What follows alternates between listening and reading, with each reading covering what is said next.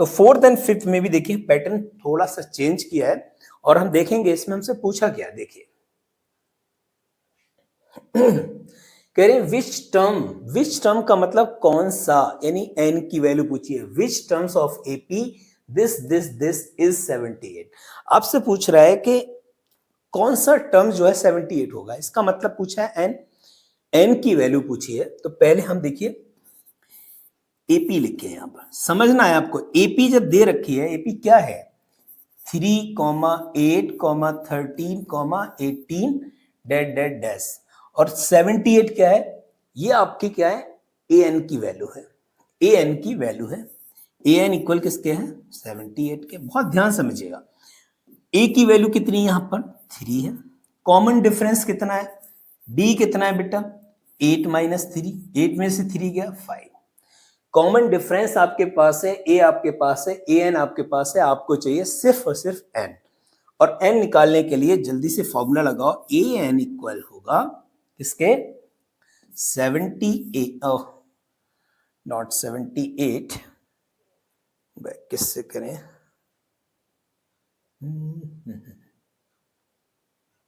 चलो इसको कट कर रहे हैं तो ये हो जाएगा a n a plus n - 1 into d. Okay, चले वैल्यू पुट करो फटाफट। ए एन की वैल्यू कितना है 78, ए कितना है ए 3 प्लस n - 1, डी कितना है बेटा 5।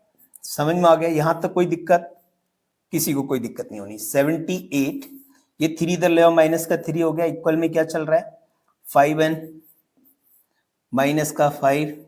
ओके, यहां कितना बचेगा 78 में से 3 गया तो बचेगा आपका 75, और ये माइनस का 5 है, इधर आएगा तो प्लस का 5 इक्वल में 5n। ठीक है, ठीक है, तो यह हो गया बेटा 80 इक्वल है 5n के।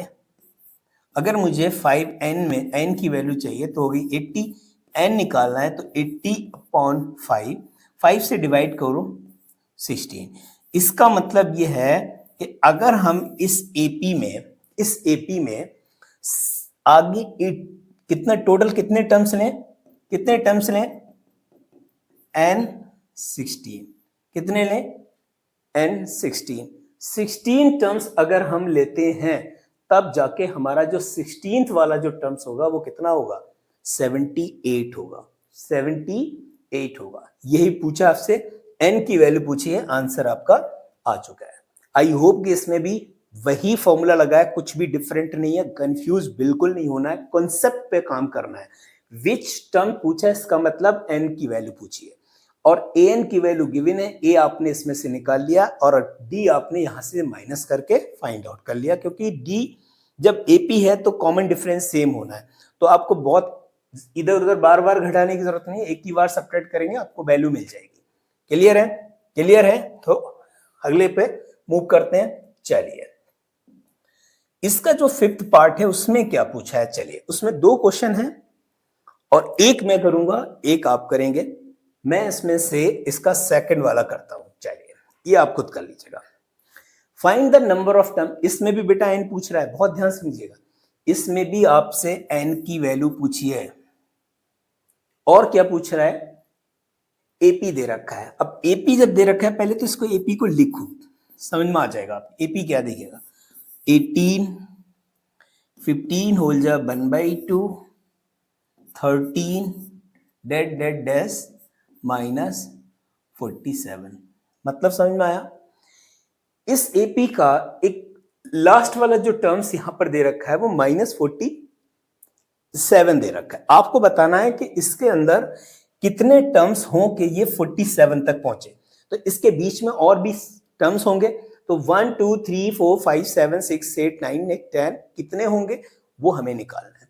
उसको निकालने के लिए हमें ए चाहिए, तो ए हमारे पास है, हमको डी चाहिए तो डी हम निकालेंगे यहां से। डी क्या होता है A2 - A1 होता है या नहीं, फॉर्मूला तो नहीं भूले हो आप, फर्स्ट एक्सरसाइज में डिस्कस किया था हमने। A2 कितना है, A2 हमारे पास 15 होल जा 1/2 यानी कि 31/2 -18, इसके नीचे हमने क्या मान लिया 1, तो इसका जो एलसीएम होगा वो भी 2 होगा, 31 ऐसे रहेंगे, 18 2 जा 36, आपका आएगा -5/2। समझ में आया या नहीं समझ में? कोई दिक्कत नहीं होनी चाहिए, बेसिक चीजें अगर ये भी नहीं आई ना 10th क्लास में बेटा तो अच्छे नंबर तो नहीं आने वाले। तो ये अगर नहीं आता ना सीख लो, काम आएंगे तुम्हारे लिए।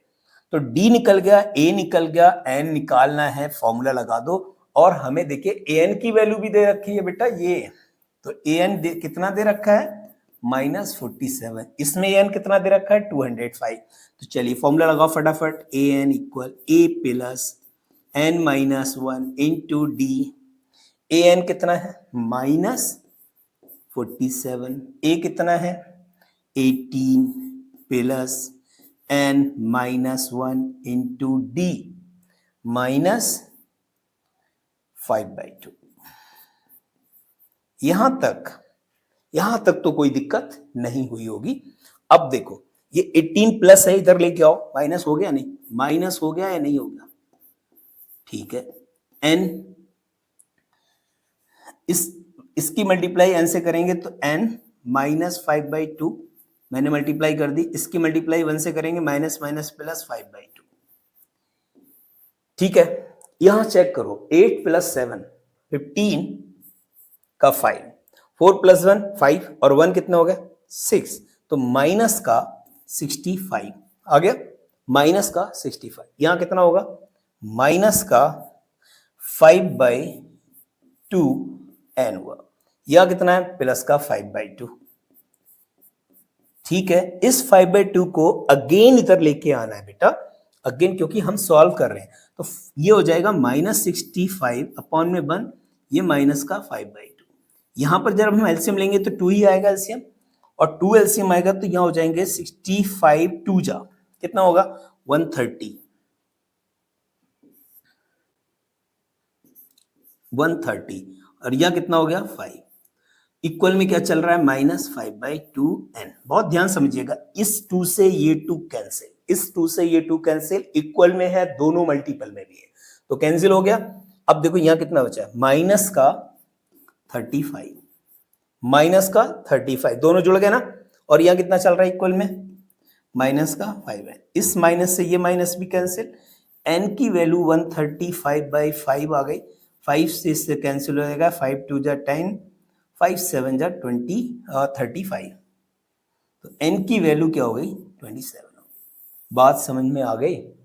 इसका मतलब इसके अंदर टोटल कितने टर्म्स होंगे 27 टर्म्स होंगे, तब जाके यहां पर माइनस का 47 आएगा। 27th टर्म पे कितना होगा -47 होगा। समझ में आ रहा है समझ में?